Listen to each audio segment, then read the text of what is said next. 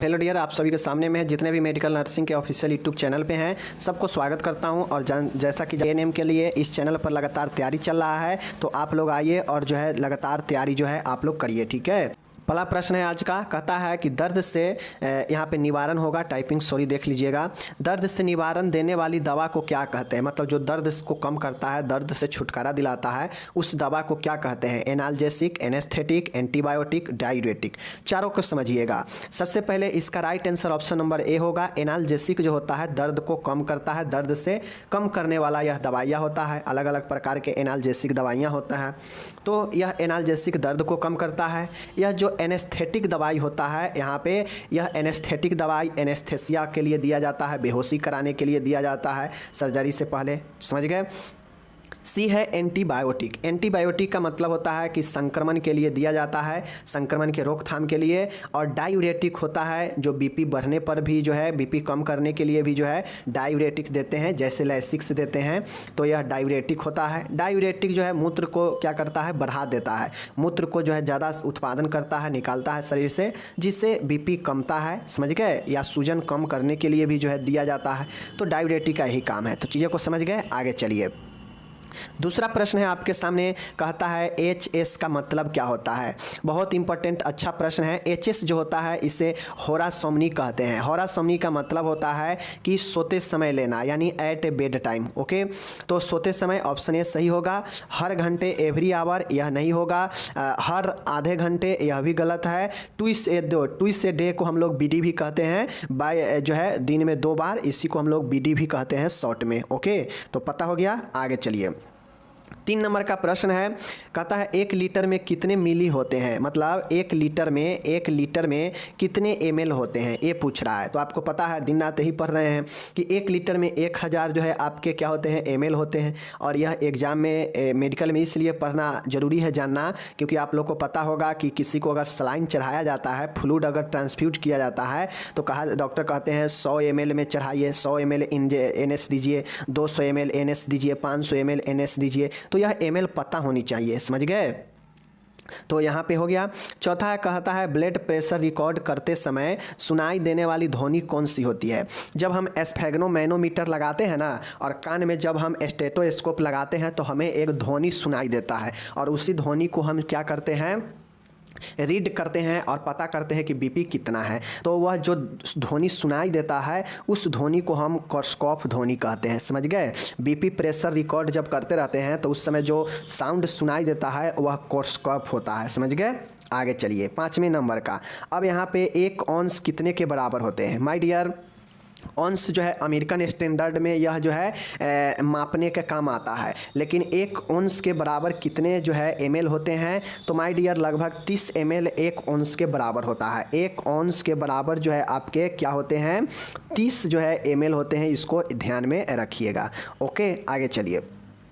छठा है, कहता है CPR। CPR के आपको पता होगा, कार्डियो पल्मोनरी रिससिटेशन होता है। जब कोई पेशेंट बेहोश हो जाता है अचानक से, उसका जो है श्वसन बाधित होने लगता है, तो उसको जो है CPR दिया जाता है। और CPR का फुल फॉर्म बता दिए, कार्डियो पल्मोनरी रिससिटेशन। कहता है इसमें कंप्रेशन यानी दबाव और वेंटिलेशन संवातन का कितना अनुपात होता है? तो एक एडल्ट को जब हम CPR देते हैं ना, तो इसमें जो कंप्रेशन होना चाहिए, जो दबाव होना चाहिए, वह 30 होना चाहिए, और जो वेंटिलेशन होना चाहिए वह 2 के अनुपात में होनी चाहिए। तो देखिए ऑप्शन 30 और 2 में कौन सा है? ऑप्शन ए है, तो यही राइट आंसर हो जाएगा। आगे चलिए। 7वां है, कहता है एनीमा देने में जो द्रव का इस्तेमाल होता है, वह द्रव जो है एक एडल्ट के लिए कितने जो है क्वांटिटी में होनी चाहिए, कितनी मात्रा होनी चाहिए? तो एनीमा हम आप लोग को पढ़ा चुके हैं पहले। तो एडल्ट के लिए 500 से लेकर 1000, यानी आधा लीटर से लेकर 1 लीटर तक जो है एक वयस्क के एनीमा में सोल्यूशन इतना तैयार किया जाता है, घोल इतना तैयार किया जाता है। वहीं पर अगर बच्चा रहता है, तो बच्चे के हिसाब से 100 ml से लेकर 250 ml तक जो है यह दिया जाता है बच्चे में।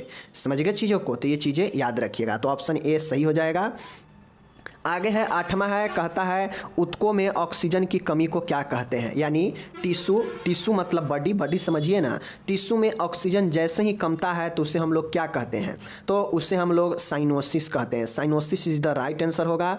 अब मैं आपको बता दूं, साइनोसिस को हम लोग देह नीलता भी कहते हैं, शरीर नीला पड़ने लगता है साइनोसिस में। अब नीला कब पड़ता है, तो जैसे ही ऑक्सीजन कमता है तो बॉडी में जो है नीलापन होने लगता है और यही साइनोसिस होता है। ओके, रही बात एनोक्सिया की, तो ऑक्सीजन बिल्कुल नहीं मिल पाना, समझ गए ना।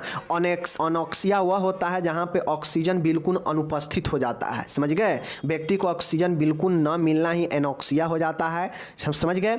एनोक्सेमिया का मतलब होता है कि रक्त में ऑक्सीजन का बिल्कुल ख़त्म हो जाना, अब अनुपस्थित होना, रक्त में ब्लड में ऑक्सीजन न होना ही एनोक्सेमिया कहलाता है। ओके, उसके बाद है यहाँ पे देखिए साइनोसिस है, वही देह नीलता है, मैंने आपको बता ही दिया। तो ये सब चीज़ें समझिएगा। 9वां है, कहता है यूनिवर्सल डोनर, यूडी, सार्वभौमिक रक्तदाता। डोनर मतलब होता है देने वाला, तो यूनिवर्सल मतलब सार्वभौमिक रूप से जो रक्त देने वाला समूह होता है वह कौन सा होता है, ओ, ए बी, ए बी। तो आपको पता होना चाहिए कि ऑप्शन ओ जो है, ए ऑप्शन राइट होगा। ओ जो होता है ओ ग्रुप के ब्लड वाला, वह सबको जो है रक्त दे सकता है। लेने की बात होगा तो सभी ग्रुप से लेने की क्षमता जो रखता है वह ए बी ग्रुप रखता है और इसे यूनिवर्सल रेसिपेटर कहा जाता है, यानी सर्वग्राही कहा जाता है, सबसे ग्रहण कर सकता है। ओके, बाकी ए ग्रुप अलग है, बी ग्रुप अलग है, आप लोग को पता है। और कुल मिला के यही 4 ग्रुप होता है ब्लड का, आपको ये भी पता होनी चाहिए।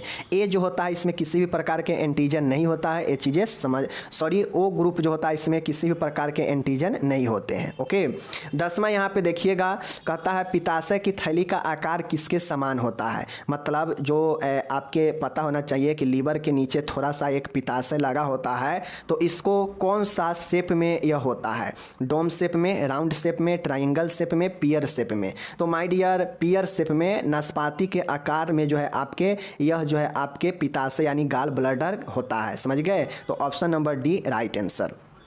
आगे है 11 नंबर, बहुत अच्छा प्रश्न है, दांत के आंतरिक खोखले हिस्से को क्या कहते हैं। अब आपको दांत से जुड़ी हुई क्वेश्चन में बता देता हूं। विटामिन जो सी होता है वह मसूड़ा के लिए काफ़ी अच्छा होता है, समझ गए, स्वस्थ रखने के लिए। उसके बाद बात किया जाए दांत में जो कैविटी लगता है, तो वह कैविटी दांत को क्या करता है, दांत को जो है खाने खोखला करने लगता है। और जो दांत खोखला हो जाता है उसके आंतरिक भाग में, उसको हम लोग रूट कहते हैं, समझ गए। बाकी आप लोग को समझना चाहिए कि ये सब जो है दांत वाला हिस्सा जो है खोखला हिस्सा रूट होता है, जो कि आंतरिक हिस्सा होता है। ओके, आगे चलते हैं। इंजेक्शन द्वारा दिया जाने वाला गर्भ निरोधक है कंट्रासेप्शन। माय डियर, अब आप लोग को पता होगा माला एन हो, माला डी हो, ये सब जो है पिल्स के रूप में है, ये सब गोली के रूप में है और यह गर्भ निरोधक होता है। लेकिन माला डी तो गोली है, लेकिन उसके बाद बात किया जाए नोर प्लांट है जो एक बार जो है सर्जरी के द्वारा रख दिया जाता है और 5 साल 10 साल जो है आराम से यह चलता है। तो यह सब कोई दवाई नहीं है। लेकिन डीएमपी जो होता है यह एक इंजेक्शन होता है और यह डीएमपी इंजेक्शन के द्वारा दिया जाता है जो गर्भ निरोधक के रूप में काम करता है। 13 नंबर का है, कहता है भोर कमेटी की नियुक्ति किस वर्ष में हुई थी। अब आपको मेहता कमेटी, भोर कमेटी, मुलादियर कमेटी, ये सब कमेटी जो है आपके नर्सिंग के लिए इम्पोर्टेंट है हेल्थ के सेक्टर में। तो भोर कमेटी का जो नियुक्ति किया गया था वह 1943 में जो है इंडियन गवर्नमेंट के द्वारा नियुक्ति किया गया था। तो इसको याद रखिएगा, अच्छा प्रश्न है। 14 नंबर का प्रश्न है, वह वर्ष जब एमटीपी अधिनियम पारित हुआ। एमटीपी आप लोग को पता है, मैं आप लोग को 3rd ईयर में भी पढ़ा दिए थे, ठीक है ना। एमटीपी 3rd ईयर में भी पढ़ाए थे और भी इससे पहले वाले वीडियो में भी आप लोग को पता है। तो जो एमटीपी होता है वह 1971 में यह एक्ट लाया था। इस एक्ट के तहत प्रावधान किया गया कि कोई भी एवर्सन करवाएगा तो वह जो है लीगल रूप से ही करवाएगा, अन्यथा उस पर कार्रवाई होगा। तो यह जो है गर्भपात कराने के लिए एमटीपी अधिनियम बहुत रोल निभाता है। आगे है 15 नंबर है डॉट्स का पूरा नाम क्या है। तो आपको पता होगा, D for direct, O for observe, T for treatment, S for short और कोर्स जो है इसके साथ में ही रहता है। समझ गए? तो ऑप्शन नंबर बी राइट होगा। डॉट्स का पूरा नाम direct, observe, treatment, short, course होता है। रही बात डॉट्स जो है टीबी के लिए दिया जाता है, इसमें डॉट्स प्लस भी एक होता है और इसका अवधि के बाद किया जाएगा तो 18 से लेकर 27 महीने की होती है। तो ये चीज़ को ध्यान में रखने को। आगे चलिए देखते हैं। डॉट्स हो गया। 16 नंबर का प्रश्न है एड्स दिवस कब मनाते हैं। तो आपको पता होना चाहिए एड्स दिवस 11 अप्रैल गलत, जो है 1 दिसंबर सही, 1 मई गलत, 7 अप्रैल गलत। तो 1 दिसंबर राइट आंसर होगा। बाकी रह गई अंतर्राष्ट्रीय स्वास्थ्य दिवस होगा तो वह जो है आपके 7 अप्रैल होगा, क्योंकि 7 अप्रैल 1948 को WHO की स्थापना की गई थी, याद रखिएगा। 17 है, कहता है भारतीय रेड क्रॉस सोसाइटी की स्थापना किस वर्ष हुई थी। ये सब देखिए कुछ हेल्थ के सेक्टर में जो ब्रांचेज सब है वह सब आपके एग्जाम के लिए महत्वपूर्ण होते हैं। तो उस ब्रांचेज सब की स्थापना कब हुआ, हेडक्वार्टर कहाँ है, ये सब आपको पता होनी चाहिए। तो भारतीय रेड क्रॉस सोसाइटी जो है यह आपात स्थिति में जो है यह मरीजों को, ठीक है ना, सभी हेल्थ के सेक्टर में बहुत ज़्यादा मदद करता है। समझ गए? तो भारतीय रेड क्रॉस सोसाइटी की स्थापना 1922 में नहीं हुआ था, गलत है। 1910 में भी नहीं हुआ था, ये भी गलत है। 1920 में राइट आंसर होगा और 1915 गलत होगा। तो 1920 में जो है भारतीय रेड क्रॉस सोसाइटी की स्थापना की गई। 18 नंबर का प्रश्न है, कहता है नियोनेंटल जॉन्डिस। अब समझिए नियोनेंटल जॉन्डिस होता क्या है। तो नियोनेंटल जॉन्डिस जन्म जो होता है यह नवजात शिशु में जॉन्डिस को बताता है। नवजात शिशु के पीलिया इसे कहते हैं या कमला कहते हैं। इसके उपचार हेतु किस रंग के प्रकाश का उपयोग किया जाता है। अब आप लोग को पता होगा चाइल्ड हेल्थ नर्सिंग में आप ANM के कैंडिडेट भी इसको पढ़े होंगे, GNM वाले भी जो है सेकेंड ईयर में चाइल्ड हेल्थ में पढ़े हैं। तो उनको पता होनी चाहिए कि नियोनेंटल जो जॉन्डिस होता है तो उस समय बच्चा नवजात रहता है, इसलिए उससे जो है एक प्रकाश में रखा जाता है, फोटोथेरेपी दिया जाता है और उस फोटोथेरेपी में जो प्रकाश का उपयोग किया जाता है वह ब्लू कलर के होता है, नीला प्रकाश होता है। लेकिन नीला प्रकाश हानिकारक होने के कारण इसमें हल्का जो है उजला प्रकाश मिला के दोनों जो है दोनों का रोशनी संतुलित करके बच्चे को स्किन पर जो है प्रहार किया जाता है, जिससे जो बिलुब्रिन लेवल है वह भंगुर होके बाहर निकल जाता है।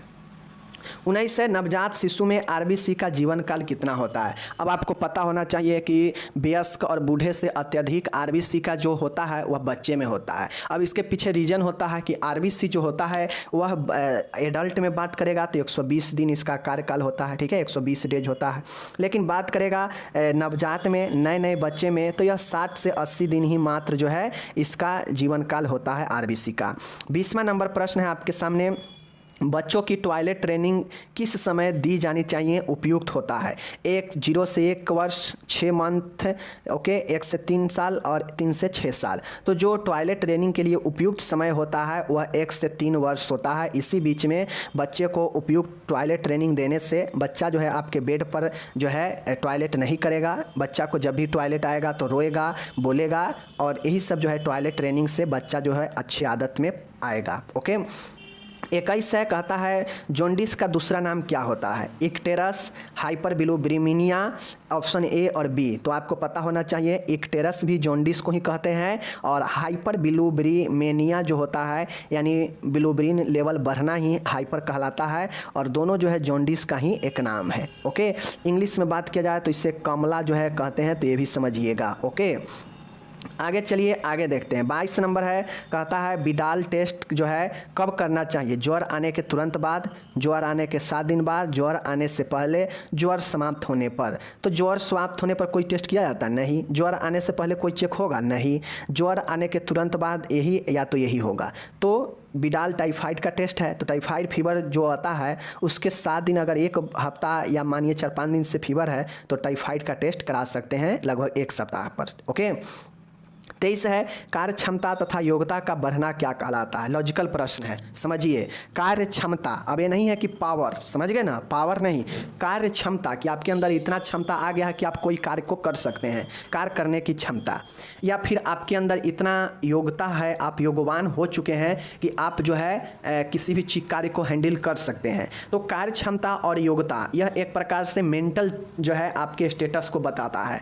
तो यह एक प्रकार के वृद्धि से नहीं नहीं विकास से रिलेटेड। वृद्धि मतलब होता है वजन बढ़ना, हाथ पैर की लंबाई बढ़ना, से समझ गए ना, शरीर का जो है हट्टा कट्ठा होना, ये सब वृद्धि में आता है। लेकिन विकास का मतलब होता है कि योगवान होना, एजुकेटेड होना, ठीक है, बुद्धि का बढ़ना, ये सब मेंटल जो है स्टेटस बढ़ना, ये सब जो है आपके विकास में आता है। तो कार्य क्षमता और योग्यता भी जो है विकास को ही दर्शाता है। तो इसलिए ऑप्शन जो है आपके 20 सही होंगे। आगे चलिए, 24 है मासिक धर्म के साथ दर्द होना। अब हम लोग कहाँ पे आ चुके हैं, मैटरनल हेल्थ में आ चुके हैं। अब आपको लग रहा होगा कि मैं क्या करा रहा हूँ, तो माय डियर मिक्स क्वेश्चन इसीलिए करा रहे हैं ताकि आपको सभी चीज़ का नॉलेज हो। आपको एग्जाम में तो हर एक ईयर से पूछा जाएगा, हर एक सब्जेक्ट से पूछा जाएगा, एक सब्जेक्ट से तो पूछा नहीं जाएगा, इसलिए हम मिक्स क्वेश्चन करा रहे हैं। तो मासिक धर्म जो होता है ना, उसमें अगर दर्द होता है तो उससे एमनोरिया कहते हैं, या मेनोपॉज कहते हैं, या डिसमेनोरिया कहते हैं, या मेनोरेजिया कहते हैं।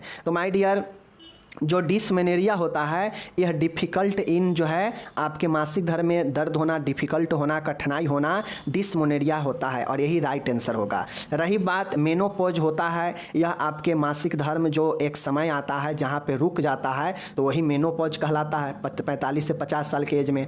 एमनोरिया होता है कि मासिक धर्म को अचानक से जो है रुक जाना, और यही जो है यह एक समस्या ही होता है, समझ गए। तो मासिक धर्म जो है यही आपके चीज़ें होता है, मैंने आपको डिटेल से बता दिया। 25 नंबर का प्रश्न है, अच्छा प्रश्न है। कोरियोनिक गोनेड्रोफ्रिन उत्पन्न होता है, कहाँ से उत्पन्न होता है, देख लीजिए, देख लीजिए, कोरियोनिक गोनाडोट्रोफिन, ठीक है, ध्यान में रखिएगा, बहुत अच्छा प्रश्न है। कहता है कोरियोनिक गोनाडोट्रोफिन कहाँ से उत्पन्न होता है, तो साइटोट्रोफोब्लास्ट से, थायराइड ग्रंथि से, ओवरी से, गर्भाशय से। तो जो कोरियोनिक गोनाडोट्रोफिन जो होता है यह साइटोट्रोफोब्लास्ट से उत्पन्न होता है। ओके, बहुत अच्छा प्रश्न है। 26 नंबर का प्रश्न है, 8वें सप्ताह से आगे अत्यधिक रक्त संवहन के कारण, मतलब अत्यधिक ब्लड सर्कुलेशन के कारण योनि मार्ग यानी वैजिनल मार्ग जो होता है वहाँ के लेटरल फॉर्निक्स में बढ़ी हुई धड़कनें यानी स्पंदन महसूस की जा सकती है। इससे क्या कहते हैं। माय डियर, जब प्रेगनेंसी का 8 सप्ताह हो जाता है या इससे ज़्यादा हो जाता है तो जो योनि मार्ग होता है ना, वहाँ पे एक फॉर्निक्स होता है, समझ गए। उस फॉर्निक्स में स्पंदन जो है अत्यधिक महसूस होने लगता है 8वें सप्ताह या इससे अधिक होने पर। तो इससे बढ़ी हुई धड़कन को हम क्या नाम से जानते हैं, तो आप लोग को मैं पढ़ाया था, हेर्निंग साइन, जैकमियर साइन, या फिर आपके गुडविल साइन, या ओसिएंडर साइन। तो मैंने आपको पढ़ा दिया था कि ओसिएंडर साइन जो होता है यह स्पंदन को बताता है, समझ गए। यह जो है स्पंदन को बताता है कहाँ पे, फॉर्निक्स में, समझ गए, फॉर्निक्स में बढ़ी हुई स्पंदन को बताता है। 27 नंबर है, नाभि नाल में डैश होती है। ओके, नाभि नाल जो होता है इसमें क्या होती है, तो आपको पता होनी चाहिए, एक आर्टरी या दो भेन, दो आर्टरी या एक भेन, दो आर्टरीज या दो भेन, एक आर्टरीज या एक भेन्स। तो आपको पता होनी चाहिए कि जो नाभि नाल होता है प्लेसेंटा से बच्चे के नाभि में लगा होता है, तो इसमें इसी के द्वारा जो है बच्चे को सब चीज़ मिलता है। तो इसमें जो है 2 आर्टरीज होते हैं और एक भेन होता है, यानी कुल 3 जो है आपके ब्लड वेसल्स होता है, इसमें 2 आर्टरीज और एक भेन होता है। ओके, याद रखिएगा। जबकि आपको पता होनी चाहिए शुद्ध ब्लड का जो बच्चा में मिलता है वह भेन के द्वारा मिलता है, और आर्टरी जो है अशुद्ध ब्लड को फिर से प्लेसेंटा की तरफ लाता है शुद्धिकरण के लिए। तो ये चीज़ें समझिएगा। 28 है, कहता है इंडियन लुनेसी एक्ट कब लागू हुआ। अब आपको पता होना चाहिए इंडियन लुनेसी एक्ट का मतलब होता है कि यह आपके मेंटल हेल्थ के क्षेत्र में जो है, मेंटल हेल्थ हॉस्पिटल हो गया, मेंटल हेल्थ को अच्छा बनाने के लिए यह जो है एक्ट आया, और यह एक्ट मेंटल हेल्थ के क्षेत्र में काम करता है। तो इंडियन लुनेसी एक्ट जो है 1912, 30, 18, 24, 1912 में यह एक्ट आया, इसको याद रखिएगा। 29 नंबर का प्रश्न है आपके सामने, किसी बाह्य वस्तु अथवा स्थिति का गलत अर्थ लगा लेना क्या कहलाता है। माय डियर, कोई बाह्य वस्तु है, समझ गए, उसका स्थिति का अगर आप गलत अर्थ लगा लेते हैं तो उसको क्या कहते हैं। मतलब सामने कोई वस्तु रखा है, समझ गए, और वह वस्तु जो है आपको, जैसे मानिए सामने रस्सी रखा हुआ है, समझ गए, रस्सी रखा हुआ है। अब रस्सी रखा हुआ है लेकिन आपको लग रहा है कि वो सांप है। सामने अंधेरे में पेड़ खड़ा है लेकिन आपको लग रहा है कि वहाँ पे कोई परछाई है, भूत है। तो ये क्या हो जाएगा, यह एक प्रकार का भ्रम होता है, समझ गए। तो ऑप्शन नंबर ए जो है राइट आंसर होगा कि किसी वस्तु के बारे में गलत अर्थ लगा लेना ही भ्रम में आता है, समझ गए। तो option number A right answer होगा। बाकी 30 नंबर का है कि नींद में होने वाले भ्रम को क्या कहते हैं। नींद में होने वाले भ्रम को क्या कहते हैं। तो माय डियर, अगर नींद में किसी को कोई भ्रम होता है, जैसे विचलित होना, नींद में कुछ कुछ जो है देखना, भ्रम होना, तो यहाँ पे हिप्नोगोगिक भ्रम होता है। इसे हिप्नोगोगिक भ्रम कहते हैं। क्या कहते हैं, नींद में होने वाले भ्रम को हिप्नोगोगिक भ्रम कहते हैं। ओके, याद रखिएगा। 31 है खुले स्थान के डर को क्या कहते हैं। अगर किसी व्यक्ति को खुले स्थान में जाने से भीड़ भाड़ से डर लगता है तो उससे हम लोग क्या कहते हैं, एल्गोफोबिया, जेनोफोबिया, एगोराफोबिया और एक्रोफोबिया। तो राइट आंसर एगोराफोबिया होगा। एगोराफोबिया में खुले स्थान से व्यक्ति को डर लगता है, खुले स्थान में घर से बाहर जाने में व्यक्ति डरता है, तो उसे एगारोफोबिया कहते हैं। जेनोफोबिया होता है जो अजनबी व्यक्तियों से मिलने में डर लगता है, समझ गए। तो यही जो है, और एक्रोफोबिया जो होता है यह ऊंचाई से डर लगता है। जब व्यक्ति ऊंचाई पर चढ़ जाता है तो उसको जो डर लगने लगता है तो वह एक्रोफोबिया होता है, ठीक है, एक्रोफोबिया। और एग्रोफोबिया जो होता है वह जो है खुले स्थान से डर होता है। तो इस प्रकार से मैंने आपको कुल 31 प्रश्न मैंने आपको बता दिया। 31 प्रश्न मैंने आपको कंप्लीट करा दिया। अब आप लोग बताइए कि इस 31 में कितना आप सही कर पाए हैं, कितना आप गलत कर पाए हैं। और ये आपके प्रश्न जो है एग्जाम्स के लिए काफ़ी महत्वपूर्ण होते हैं, समझ गए ना। हम मिलते हैं आपसे अगले वीडियो में। अपना ख्याल रखिएगा। धन्यवाद।